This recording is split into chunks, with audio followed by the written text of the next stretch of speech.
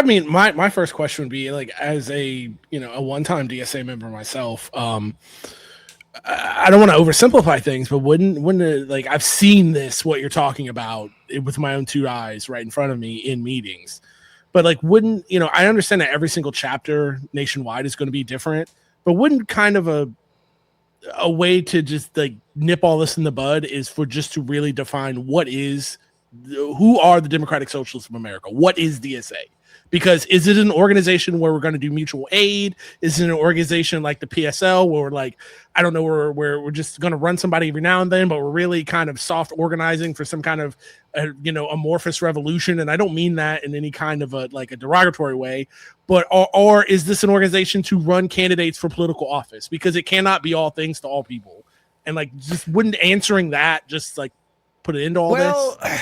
Well, I think the answer to that is that, DSA self-defines itself as a multi-tendency, big tent socialist organization, So it intentionally is like, hey, are you on the left? Join this organization, and we are going to try every strategy, right? Like, some people, for example, want to turn DSA into a political party, but the thing about turning into a political party is there's different strategies for building a political party. Do we start our own party now called Democratic Socialists of America and start, trying to build our own ballot line and run as Democratic Socialists, in elections? Should we run as Democrats within the Democratic Party? Well, how should we do that, right? Should we run in the Democratic Party to destroy the Democratic Party and implode it and try to replace it, a la the Republicans replaced the Whig Party, the conscience Whigs, as they were called back then,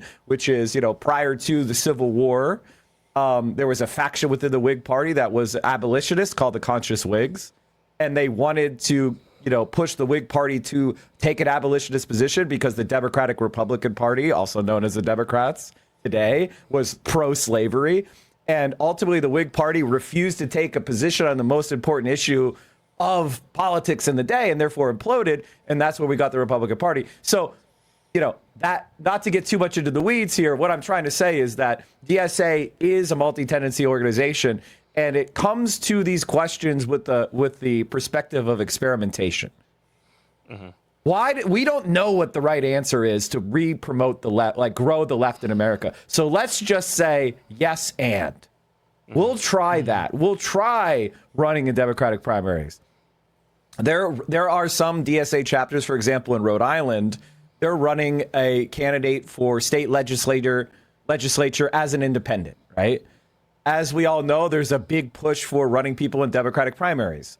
There are third-party DSA members that are on the city council in the Working Families Party in Philadelphia, where they have successfully won seats, outside the Democratic Party. So there is a bunch of different strategies that are being tried.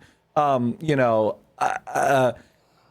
far as I'm concerned, I don't think it's a bad idea to try all those things, right? Mm-hmm. But I do think, and this is, from my perspective and the perspective reflected in the article, you should look and see what works. You should try things and then measure, right? And then when you see things that are causing big, gains, you should try to replicate those gains, right? And other things, it's not that they're not working necessarily, but they may not show the same growth as a different strategy. And so personally, listen, I love DSA. It's incredible. The growth has been amazing over the last year. But right now we have approximately 120,000 members, which is about the same size as Allentown, Pennsylvania, which is an amazing city, third largest city in Pennsylvania, distant third largest city in Pennsylvania, okay? I think our organization should be focused on growth, in introducing ourselves to the American people, bringing in as many people as we can to build this kind of alternative to the status quo, which is building a left-wing political machine nationwide that could offer a significant political threat to the establishment Democratic Party, which has largely been in the pockets of, corporations since the early 90s. And when we have this, DSA planting its flag all over the country, it will build a left-wing politics that is actually relevant to regular people. So I hope I answered everything. Yeah, no, absolutely.